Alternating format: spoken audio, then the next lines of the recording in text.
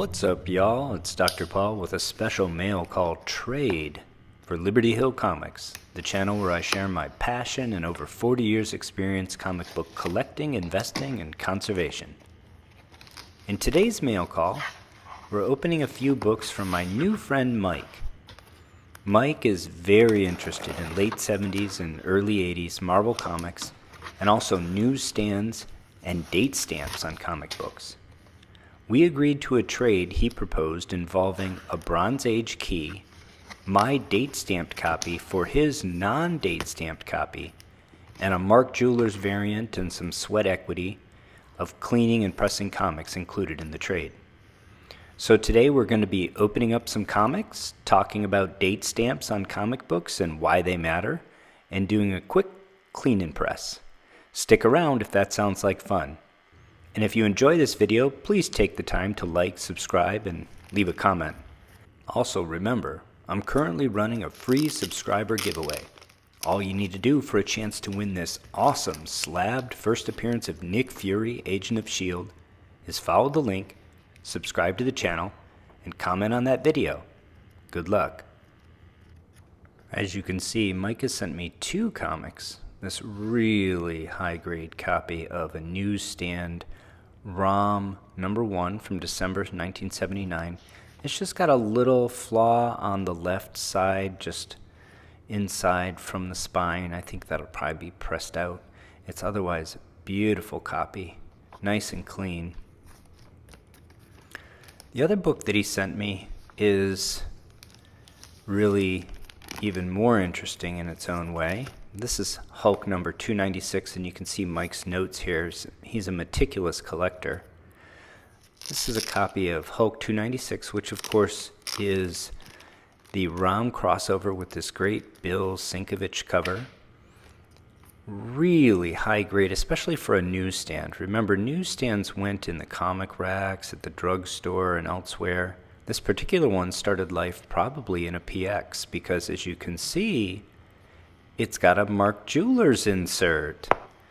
For those of you not familiar, Mark Jewelers inserts, these are sold on or near military bases, and this is an insert that the company Mark Jeweler paid Marvel to insert into the books as part of the printing process. So it's an extra leaf, 4 printed pages, 1 sheet of paper folded and stapled in the centerfold.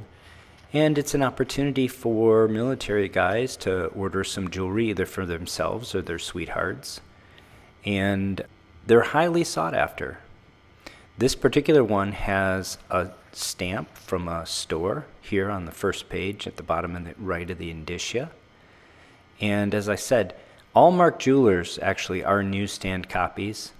But that means that this started life not in the same way that a direct edition did, which would start life in a comic shop and probably live a pampered life.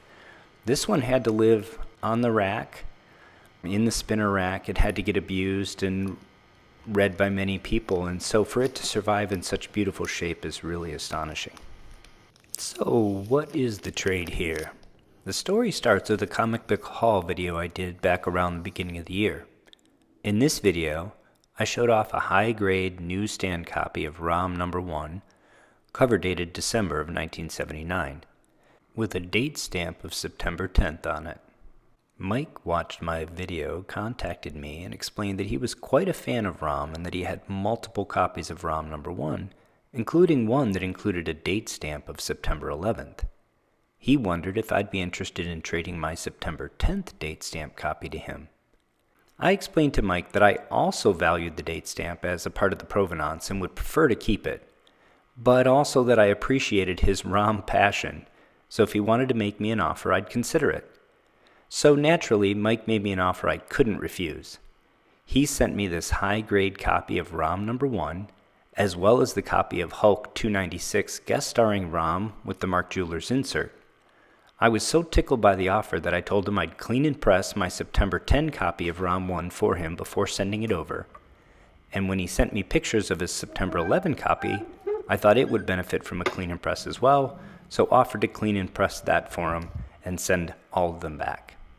So I got to work cleaning and pressing that ROM September 10 copy, It just needed a light clean and press, a couple little finger bends, a little bit of color rub, and I pressed it, standard press for a Bronze Age book. Here it is coming out of my sealed press. And this is ready to go over to Mike. This is the copy that I'm trading to him, the September 10 copy I picked up around Christmas of last year. So I used a very standard buffer. This has a 65-pound cardstock underneath the cover, front and back, has a magazine backer board in the center with cutouts specific for the staples to make room for the staples so you get a really nice crisp edge with your press. So this book is ready to go to Mike now, and I'm just going to put it in a nice Mylar for him. I use exclusively E. Gerber archival grade bags and boards, and so this is a full back acid-free and a 2 mil. I like to use the Silver Age size Mylar. Just fits even bronze and standard and modern comics really nicely. And then I have one size bag for my entire collection.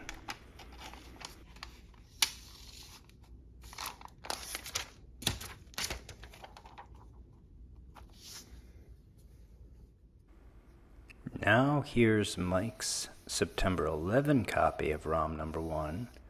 And I'm going to clean and press it. I'm going to start with a cotton round as I normally do.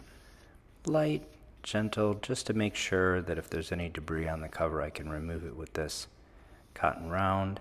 Obviously I have clean and dry hands. There's a little spot right there, so I'm going to give it a little extra rub. Didn't come up with the cotton round, that's fine.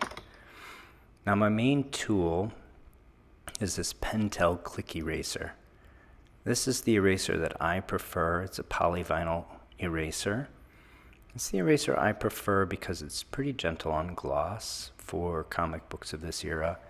And while I'm doing this tedious cleaning, why don't we talk a little bit more about ROM and newsstands and date stamps and why anybody would even care. For those not familiar, ROM Space Knight was a successful toy spin-off comic produced by Marvel to promote the toy produced by Parker Brothers and released in time for Christmas 1979. The comic book was more successful than the toy, lasting 75 regular issues, starting with issue number 1 in December of 1979 and running until issue number 75 in February of 1986. ROM enjoyed many crossovers with other Marvel characters and was placed squarely in the Marvel 616 during his book's tenure. Like all things retro, ROM is enjoying a renaissance at the moment, having become a Hasbro property, and Marvel having recently reacquired the publication rights and apparently gearing up to publish new ROM stories. ROM's debut was in issue number 1, written by Bill Mantlo with interior art by Sal Buscema and with a great Frank Miller, Joe Rubinstein cover. We often refer to the cover date as the date of publication, but in fact comic books are offered for sale months before their cover date. In the instance of ROM number 1, the Grand Comics database lists the on-sale date as 4 September 1979, despite the December 1979 cover date. Apparently, the marketing people thought the buyers of comic books and magazines wanted the freshest issue, so the practice of cover dating a comic or magazine months in the future was originally a gimmick dreamed up in the 1930s to help a magazine stand out on the crowded newsstand. But of course, eventually every publisher future dated every issue 2 to 3 months in the future, and the practice continues to this day. Back in the day when comic books were mostly distributed through newsstands, convenience stores, and drugstores, the cover date was also sometimes used to determine the pull date, the date when the comic would be pulled from the rack unsold to make room for new material and sent back to the publisher for a refund. Later the practice became not to return the entire book, but rather just the cover, or even just the title or top 1/3 of the front cover. Often newsstands would pull the top third of the cover off, affirm to the publisher that they had destroyed the rest of the comic, claim their refund, and then turn around and sell the comic at a steep discount with the top of the cover torn off. We still see large numbers of these comic books in the secondhand market today. They are essentially all stolen books that were not destroyed by unscrupulous newsstand operators. Not all newsstands use the cover date as the pull date. Some wanted to turn their comic rack over more quickly, and so many of them developed the practice of either writing or stamping a date code on the book to help them keep track of when to pull the unsold copies and return them to the publisher for the refund. In my comic haul video, I showed off just such a date-stamped copy of ROM number 1 with a store arrival date of September 10th. Presumably, this was the date the seller put the ROM number 1s out on the rack to be offered for sale. One astute collector who watched my video and contacted me and explained that he was quite a fan of ROM and that he had multiple copies of ROM number 1, including one that included a date stamp of September 11th. He wondered if I'd be interested in trading my September 10th date-stamped copy to him.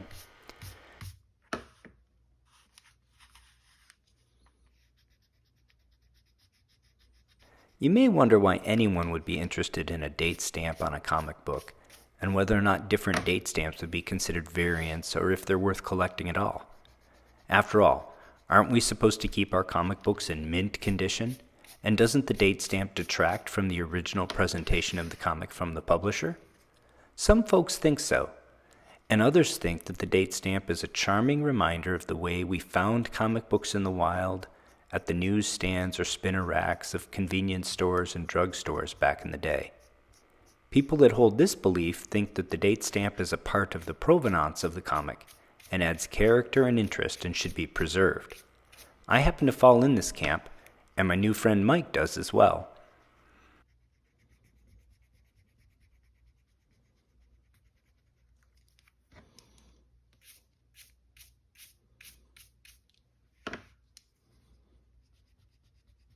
Currently, there really isn't a premium paid for date stamps, and that's probably a good thing, because if there were, there would be some unscrupulous person or persons out there faking them. But there are a few discerning collectors out there hunting down specific date stamps on books, like Mike. If you clean and press books, consider leaving the date stamps or handwritten dates on the comics you clean. CGC really doesn't penalize you for them in the grade, and once they're gone, they're gone.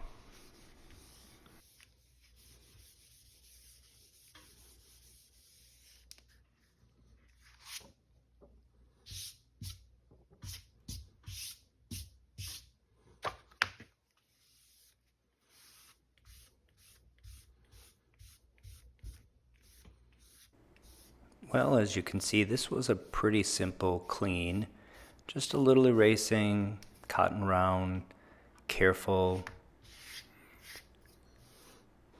No need to be heavy-handed here, and this one is ready to go in the press. I'm going to use, as it turns out, the same magazine backer board in the centerfold. Now this isn't always true, but the one that I used on my September 10 ROM had the exact same staple locations as the September 11 ROM. So I'm going to use the same backer board, and I'm going to use the same buffer. This book's going to get a 65-pound cardstock, one sheet under the front cover, and one sheet under the back. And then it's going to go in my seal press with my standard Bronze Age temp and time settings. It's going to be about 145 Fahrenheit for 12 minutes. Buffers above and below are 2 magazine backer boards and a piece of SRP. And I put the whole stack on an aluminum plate on the bottom. I don't use the aluminum plate on the top. The platen for the seal press here distributes the heat pretty well. It's all aluminum.